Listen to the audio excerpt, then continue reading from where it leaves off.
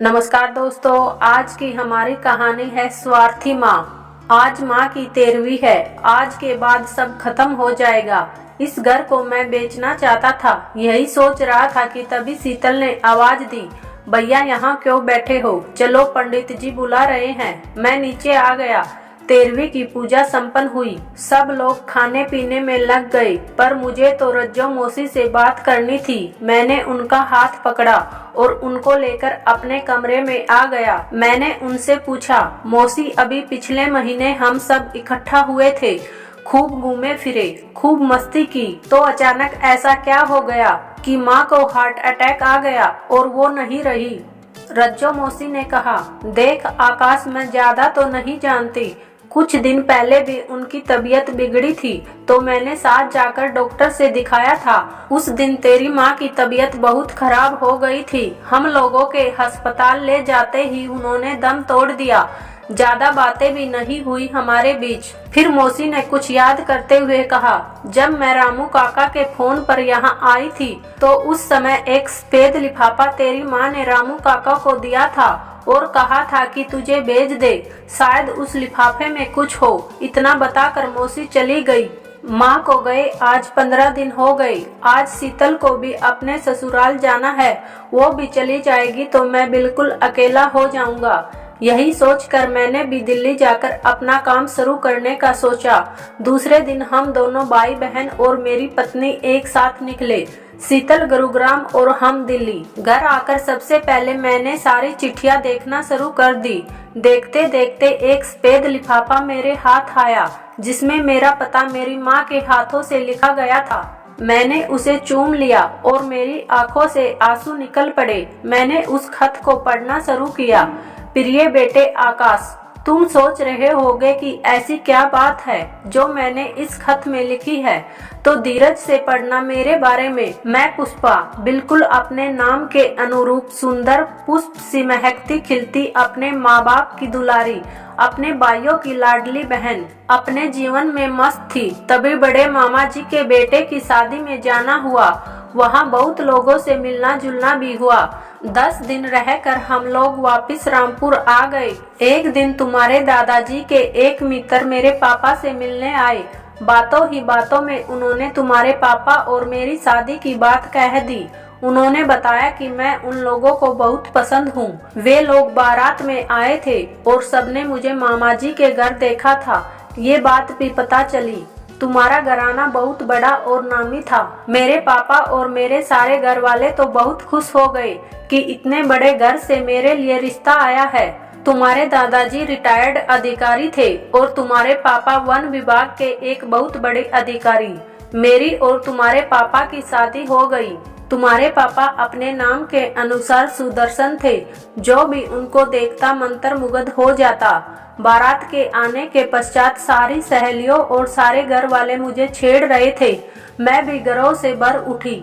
हमारी शादी हो गई और मैं विदा होकर 3 कमरे के घर से निकलकर बहुत बड़ी कोठी की मालकिन बन गई। लेकिन ये क्या, सुहागरात की रात जब मैं फूलों की सेज पर बैठी भावी जीवन की कल्पना कर रही थी, तभी सुदर्शन जी मेरे पास आए। उनके मुंह से शराब की दुर्गंध आ रही थी। मैं चुप तो थी ही, अब मैं डर भी गई। उन्होंने कहा, पुष्पा, मुझसे कोई ज्यादा आशा ना रखना। ये शादी मैंने मेरे माँ बाबूजी की मर्जी और खानदान को आगे बढ़ाने के लिए की है। ये कहकर वो कमरे से निकल गई। अब मैं क्या करती? मेरे अरमानों पर पानी फिर गया। विदाई के समय मेरी माँ ने कहा था, दुख सुख आते जाते रहते हैं, अब वो ही तेरा घर और परिवार है, हमारी इज्जत बना कर रखना। इसलिए मैं अब उस घर में भी नहीं जा सकती थी। मैंने कपड़े बदले और सारे फूल हटाकर सोने की कोशिश करने लगी।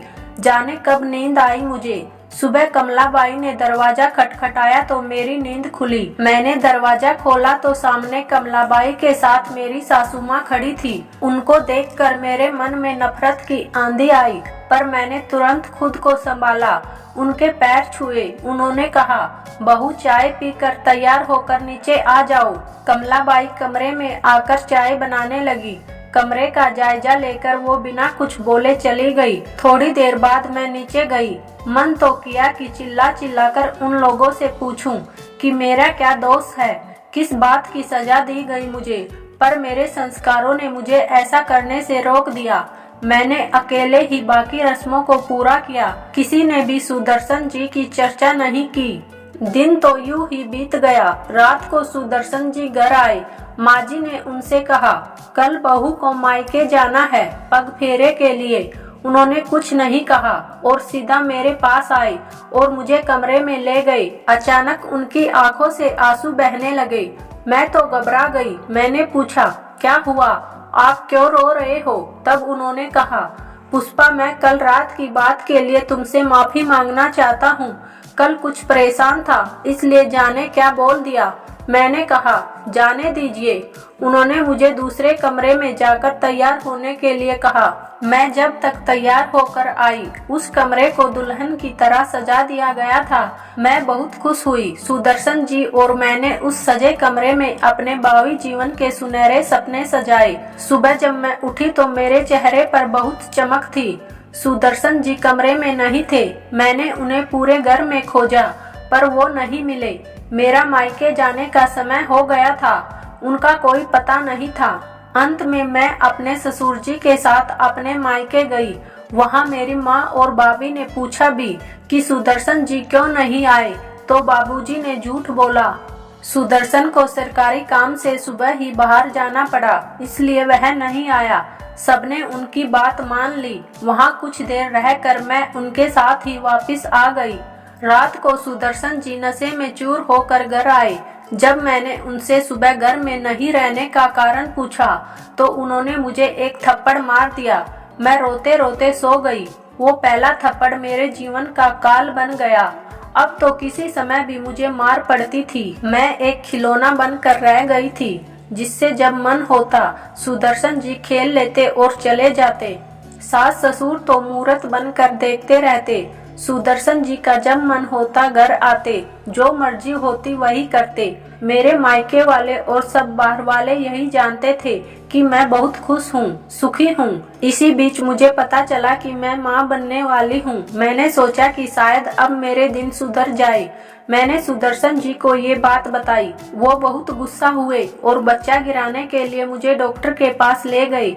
मैंने अकेले में डॉक्टर के हाथ पैर जोड़े तो उन्होंने सुदर्शन जी को बुलाया और कहा, इनकी हालत ऐसी नहीं है कि कुछ किया जाए, इनकी जान जा सकती है। जाने क्यों सुदर्शन जी मुझे घर ले आए। इस तरह मैंने तुम्हारे जन्म की राह आसान कर दी। तुम्हारे जन्म ने मेरे सूने जीवन को खुशियों से भर दिया। मैं सब दुख भूल गई। इसी बीच मुझे पता चला कि उनका चक्कर उनके ऑफिस में एक लड़की के साथ चल रहा है। मैं इस बात को जानकर भी अनजान बनी रही और तुम्हारा पालन पोषण करने लगी। धीरे धीरे उन्होंने घर आना बिल्कुल ही बंद कर दिया। ये सब देखकर बाबूजी ने बिस्तर पकड़ लिया। उनकी सेवा भी मैं करती। कमलाबाई सासू माँ की देखभाल करती। एक दिन बाबूजी की हालत बहुत बिगड़ गई और उनके प्राण निकल गए। बहुत खबर करवाने के बाद सुदर्शन जी बाबूजी के दाह संस्कार के लिए आए। मानवीय इच्छा के वशीभूत होकर मैंने उनके साथ कुछ अंतरंग क्षण बिताए। कुछ दिनों बाद मुझे पता चला कि मैं दोबारा गर्भवती हूँ। इस बार तुम्हारे पापा को कुछ नहीं बताया। माँ जी जानकर बहुत खुश हुई। अब तो हम दोनों और कमलाबाई ही थे उस घर में। बाबूजी की पेंशन से हमारा खर्च आराम से चल रहा था। तुम भी 4 साल के हो गए थे। अब तुम्हें स्कूल में डालना था। अब घर के सारे फैसले मैं ही लेती थी। अब मैं चाहती भी नहीं थी कि तुम्हारे पापा घर आए, क्योंकि उनके अत्याचार से मैं तंग आ गई थी। तभी तुम्हारी बहन गौरी का जन्म हुआ। मैं और तुम्हारी दादी बहुत खुश थे। तुम्हारे पापा को गौरी के जन्म का पता चला तो उन्होंने मुझे गालियां दी और कहा कि ये बच्चा उनका नहीं है। आज से उनका और मेरा रिश्ता खत्म। ये कहकर तुम्हारे पापा कभी न आने के लिए चले गए। मुझे उनके जाने का कोई गम नहीं था। मैंने उनके नाम के सारे सुहाग चिन्ह उतार कर फेंक दिए।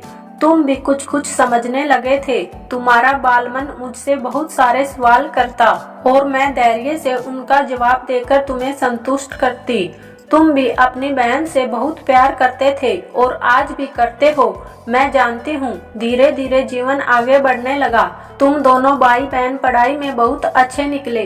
अब पेंशन के पैसे कम पड़ने लगे तो मैंने घर में ही आसपास के बच्चों को पढ़ाना शुरू किया। अच्छी आमदनी होने लगी थी। मैंने कभी अपने अतीत की परछाई तुम दोनों भाई बहन पर नहीं पड़ने दी। आज भी मुझे वो दिन याद है जब तुमने मेडिकल की परीक्षा में जिले भर में प्रथम स्थान प्राप्त किया था। मैंने और तुम्हारी दादी ने पूरे मोहल्ले में मिठाई बांटी थी। गौरी ने भी स्नातक कर लिया और सुरेश जी के साथ उसकी शादी हो गई।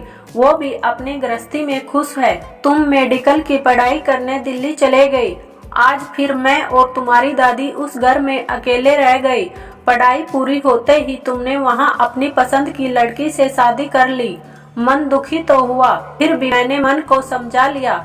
मेरी बहू कौन है, कैसी है, मैं कुछ नहीं जानती। तुम्हारी दादी अब अक्सर बीमार रहती थी।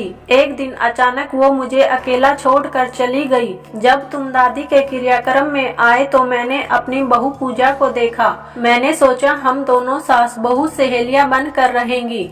एक दिन जब मैं उसे रसोई के काम समझा रही थी तो थोड़ा प्यार से डांट दिया। शायद पूजा ने तुम्हें ये बात बताई और तुमने मुझे नाराजगी दिखाई। मैं फिर अकेली पड़ गई। इस बार जब तुम आए तो तुमने मुझे अपनी रज्जो मौसी और उनके बच्चों को खूब घुमाया फिराया और हमने खूब मस्ती की। दिल्ली जाने से पहले तुमने मुझे भी साथ चलने को कहा। मैंने तुम्हें जवाब दिया कि बेटा, कभी कभी एक साथ रहना और हमेशा एक साथ रहने में बहुत फर्क है। तुम लोगों का अपना रहन सहन है, मेरा अपना तरीका है।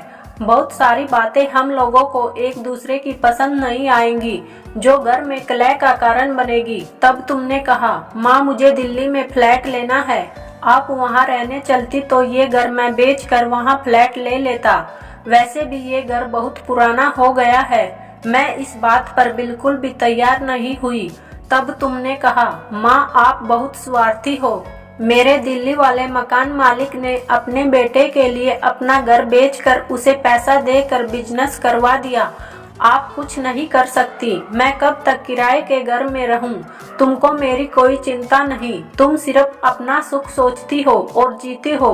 दूसरे दिन तुम लोग चले गए, पर तुम्हारी कही हुई बात मेरे दिल में चुभ गई और मेरे सीने में दर्द होने लगा। मैंने रज्जो को बुलाया और उसको मकान के पेपर बनवाने को कहा।